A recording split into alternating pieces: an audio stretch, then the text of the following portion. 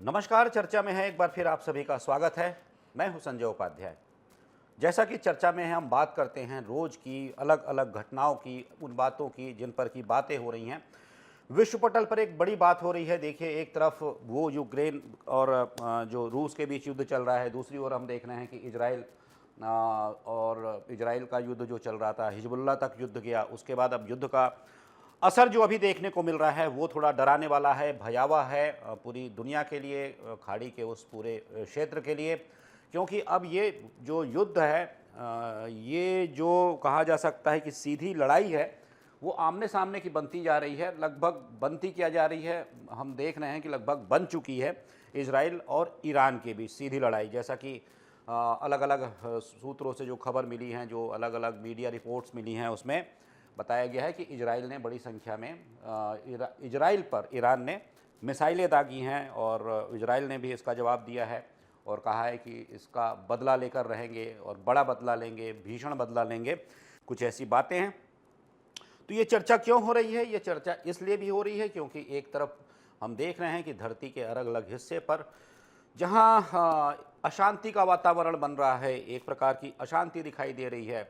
डर ये सता रहा है कि कहीं युद्ध आगे चलकर ये दो देशों के युद्ध, और निश्चित रूप से जब दो देश आपस में लड़ते हैं, भिड़ते हैं, तो उन देशों के अपने अपने सहयोगी देश भी होते हैं, अपने मित्र राष्ट्र भी होते हैं। तो एक तरीके से वो भी उस युद्ध का हिस्सा बनते हैं, प्रत्यक्ष या अप्रत्यक्ष रूप से।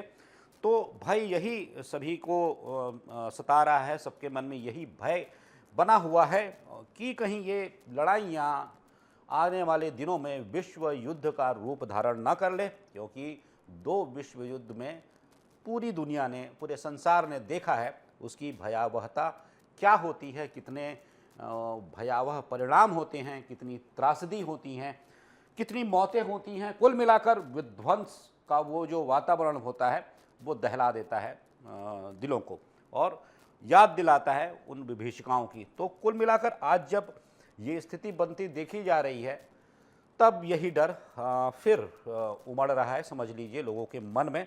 और ये जो डर है वो बल पाता है जब ऐसे क्षेत्र और भी अशांत होते चले जाते हैं दो देशों के बीच। उसमें जुड़ने वाले देश जैसे हमास और इजराइल का युद्ध, हिजबुल्लाह आया, फिर उसके बाद धीरे धीरे देखिए कि इसमें ईरान की भी एंट्री हो गई है। तो इसका चूंकि चर्चा, एक तो अशांति का वातावरण है, सीधी सी बात है। चर्चा ये भी है कि इजराइल और ईरान के साथ भारत के व्यापारिक संबंध भी रहे हैं और ये जो आयात निर्यात कुल मिलाकर एक प्रकार की जो भागीदारी होती है, द्विपक्षीय व्यापार में जो भागीदारी होती है वो बड़ी थी। जैसा कि इजराइल से करीब 10.7 अरब डॉलर का व्यापार भारत करता है। बहुत सी ऐसी टेक्नोलॉजी है, जैसे कि बहुत से अंतरिक्ष उपकरण होते हैं, पोटेशियम क्लोराइड, मैकेनिकल अप्लायंस, डोस, टर्बो जेट, प्रिंटर सर्किट, और भी बहुत सारी चीज़ें होती हैं ऐसी जिनका आयात भारत करता है इजराइल से। लेकिन इजराइल को भी कुछ भारत निर्यात करता है। उसमें मुख्य रूप से डीजल और हीरे वो सबसे ज़्यादा वॉल्यूम रखते हैं। जब पिछले साल का जो निर्यात था, पिछले जो निर्यात का आंकड़ा था, वो उसमें डीजल और हीरे का भाग करीब 78 से 80% के आसपास था कुल व्यापार का। लेकिन उसके साथ साथ और भी जो चीज़ें हैं, टरबाइन है, ईंधन है, रडार हैं, उपकरण हैं, गेहूँ है, ये सब शामिल है। और बासमती चावल की भी वहाँ पर अच्छी मांग होती है, खासी मांग होती है इजराइल में। तो ये सब कुछ करता है। वहीं करीब 2.5 अरब डॉलर के लगभग का व्यापार ईरान के साथ है। एक देखिएगा कि एक जो ग्राफ हम जो देख रहे थे, समझ रहे थे कि इजराइल के साथ पिछले 5 वर्षों में जो व्यापार बढ़ा है, उसका ग्राफ बढ़ा है इजराइल के साथ।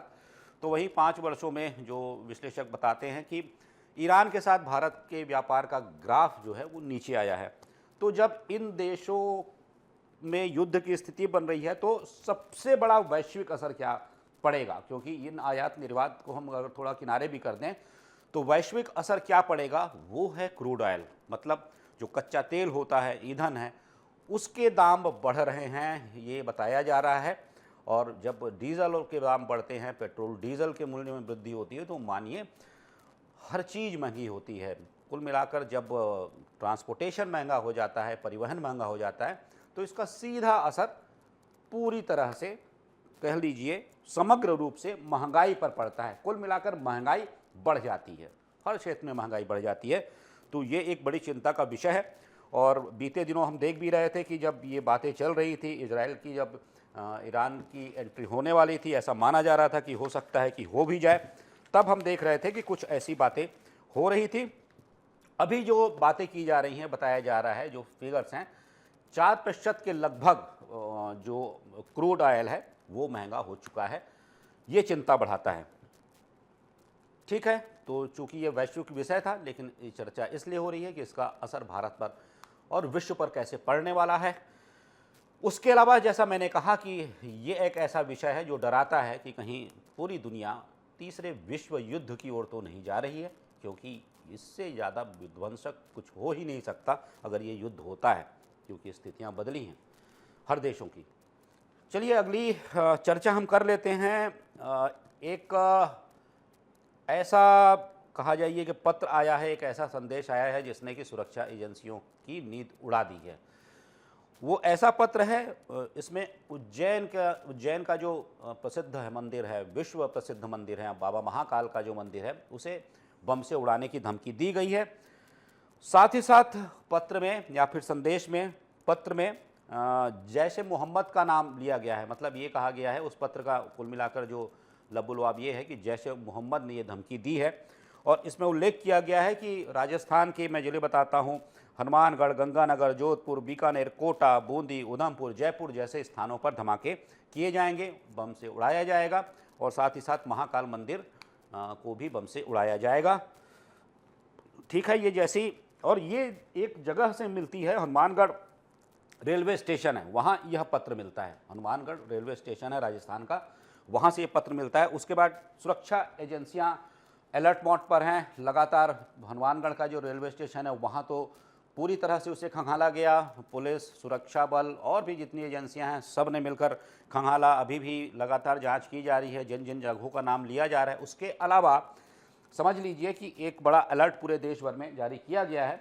उज्जैन में भी सुरक्षा कैसे सुनिश्चित की जाए, इस पर भी बात चल रही है और सुरक्षा बढ़ाई गई है, जैसा हमें जानकारी मिल रही है।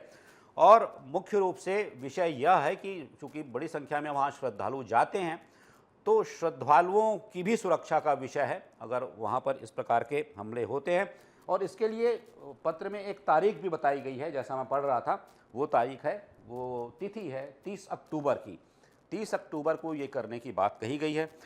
अब सुरक्षा एजेंसियां कई एंगल से, कई अनेक आयामों से इस पर जांच कर रही है। ये भी देखा जा रहा है कि कहीं ये किसी की शरारत तो नहीं है, किसी शरारती तत्व ने तो ऐसा सिर्फ एक ऐसा वातावरण बनाने के लिए, एक ऐसा डरावना माहौल बनाने के लिए तो सिर्फ ये नहीं किया है, या फिर इसमें कोई ऐसी वास्तविकता है, गंभीरता है। हालांकि इसे सुरक्षा एजेंसियां गंभीरता से ले रही हैं और चप्पे चप्पे पर सुरक्षा बढ़ाई जा रही है। और ये पता लगाने की भी कोशिश की जा रही है, जो खुफिया तंत्र है वो ये पता लगाने की भी कोशिश कर रहा है कि ये किसने कब कहाँ कैसे लिखा, कहाँ रखा, क्या रखा, और वास्तव में इसके पीछे कौन लोग हैं जो ये बातें कर रहे हैं, ये जो धमकियां दे रहे हैं। तो ये दूसरा विषय है जिस पर कि मैंने आपसे चर्चा की, बताया, इसकी काफ़ी चर्चा हो रही है। निश्चित क्यों ही देखिए, जब ऐसा विषय आता है, जब ऐसी धमकियां मिलती हैं, तब एक मान लीजिए कि एक ऐसा माहौल बनता है, लोगों के मन में संशय का एक वातावरण बनता है, सुरक्षा को लेकर एक वातावरण बनता है। कहीं बाहर आने जाने में भीड़ भरे जो स्थल होते हैं, स्थान होते हैं, खास धार्मिक स्थल होते हैं, या फिर बाजार मान लीजिए, या फिर रेलवे स्टेशन जैसी जगह होती हैं, वहाँ पर ये इस प्रकार की जब धमकियाँ आती हैं, इस प्रकार के जब डराने वाले संदेश आते हैं, तब उन स्थलों की सुरक्षा जो है एजेंसियों के लिए बड़ी चुनौती बन जाती है, क्योंकि वहाँ पर उन चीज़ों को खोज निकालना जो कि विध्वंस पैदा करती हैं, एक बड़ा टास्क होता है। हालांकि सुरक्षा एजेंसियां समय समय पर ऐसा करती आई हैं, और कई ऐसे प्रकार के ऐसी जो धमाके की जो साजिश हुआ करती थी, षड्यंत्र हुआ करता था, उसे बेनकाब भी किया है, उसका पर्दाफाश भी किया है। अब बात कर लेते हैं, वो अगली खबर है जिस पर हम चर्चा कर लें। वो बात है बिहार में बाढ़ की जो स्थिति बनी हुई है, ये लगभग हर साल की स्थिति होती है, क्योंकि जो नेपाल का जो हिमालय का क्षेत्र होता है, नेपाल के हिमालय के क्षेत्र में जब वहाँ पर भारी बारिश होती है या फिर वो पानी का वहाँ से रिसाव होता है, तब सीधा इसका असर पड़ता है बिहार और उसके आसपास के क्षेत्रों में, जहाँ पर कि बाढ़ की स्थिति बनती है। अब बाढ़ क्या कहिए, जल विप्लव जैसी स्थिति बनती है जब कोसी नदी उफान पर होती है। कोसी नदी आप समझिएगा, ये एक सामान्य गान का भी विषय है। कोसी नदी को बंगाल का शोक कहा जाता है। बंगाल का शोक इसलिए क्योंकि ये जमकर उपद्रव मचाती है नदी बारिश के दिनों में। मैंने जैसा कहा जल विप्लव के रूप में, तो इसलिए कोसी नदी को बंगाल का शोक भी कहा जाता है। और यही स्थिति अभी बनी हुई है। कोसी नदी जब उफान पर है तब पूरे बिहार में अफरा तफरी का माहौल है। अफरा तफरी क्या, फिर से दोहराता हूँ, जल विप्लव जैसी स्थिति है। 368 ग्राम पंचायतें जो हैं वो बिल्कुल डुबान क्षेत्र में आ चुकी हैं। 364 पंचायतें वो डुबान क्षेत्र में आ गई हैं। और इसके साथ ही साथ आप समझिए कि वहाँ पर ऐसी स्थिति बनी हुई है कि वहाँ पर जो मोटर बोट हैं उनका सहारा लिया जा रहा है। बहुत से ऐसे क्षेत्र हैं जहाँ पर कि सड़क से संपर्क उनका टूट चुका है, तो उन स्थलों पर हेलीकॉप्टर की मदद दी जा रही है और वहाँ पर वायुसेना भी वहाँ पर अपनी सेवाएं दे रहा है। और वहाँ पर जो सूखा राशन होता है, अन्य जो रोज़मर्रा की चीज़ें होती हैं, दवाइयाँ होती हैं, वो लोगों तक पहुँचाई जा रही हैं। अब कई जगह पर तो तटबंध भी टूटे हैं। कुल मिलाकर आप समझ लीजिए ये पूरा दृश्य जो होता है वो कैसा बता रहा है, ये बता रहा है कि कैसी भयावह स्थिति बनी हुई है बिहार में कोसी नदी में उफान की वजह से। ऊपरी जो तट होता है, ऊपरी क्षेत्र होता है, वहाँ पर कुछ पानी अभी थोड़ी सी स्थिति बताया जा रहा है कि सुधरी है। सुधरी क्या है, पहले से थोड़ा सा जल का स्तर कम हुआ है, लेकिन निचले जो स्तर हैं, निचले जो क्षेत्र है, वहाँ यही स्थिति बनी हुई है। अब इसमें व्यवस्थाएं क्या क्या की गई हैं, क्योंकि ऐसे समय में व्यवस्थाएं भी की जाती हैं। 209 के लगभग कम्युनिटी किचन खोले गए हैं, जहां पर कि करीब 90,000 लोगों को भोजन की व्यवस्था की जा रही है। 24 जगहों पर बाढ़ राहत केंद्र खोले गए हैं, जहां पर कि 12,000 से ज़्यादा लोगों ने शरण ले रखी है। वहां पर शरणार्थी के रूप में है, अस्थायी जो कैंप बनाए गए हैं वहाँ वो रह रहे हैं। 840 नाव हैं, उनका परिचालन किया जा रहा है। नाव के माध्यम से, जैसा मैंने कहा कि सड़कों से संपर्क टूट चुका है, और हेलीकॉप्टर से आप कितनी व्यवस्था कर सकते हैं ये भी एक विषय होता है। तो 840 नावों का परिचालन किया जा रहा है। 840 नाव चलाई जा रही हैं। आप समझ लीजिए कितना बड़ा क्षेत्र है और कितनी बड़ी कनेक्टिविटी पूरी करनी है, वहाँ तक पहुँचना है। तो ये नाव के सहारे, 840 नाव के सहारे लोगों तक आवश्यकता की चीज़ें पहुंचाई जा रही हैं। किसी को कहीं आना और जाना होता है तो ये व्यवस्थाएं भी की जा रही हैं।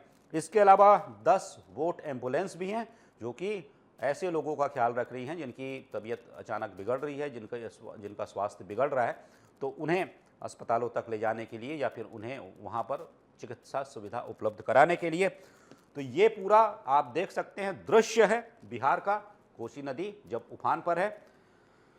तो हमने आज इन विषयों पर चर्चा की जिन पर की बात हो रही है, और आने वाले दिनों में और भी कुछ बड़े ऐसे विषय होंगे जिस पर कि आप चर्चा करना चाहेंगे, जिस पर कि आप चर्चा करते हैं और जिस पर कि आप चर्चा सुनना भी चाहेंगे, तो हम उन विषयों पर चर्चा करेंगे। आज के कार्यक्रम में, आज की चर्चा में सिर्फ इतना ही। मुझे दीजिए आज्ञा।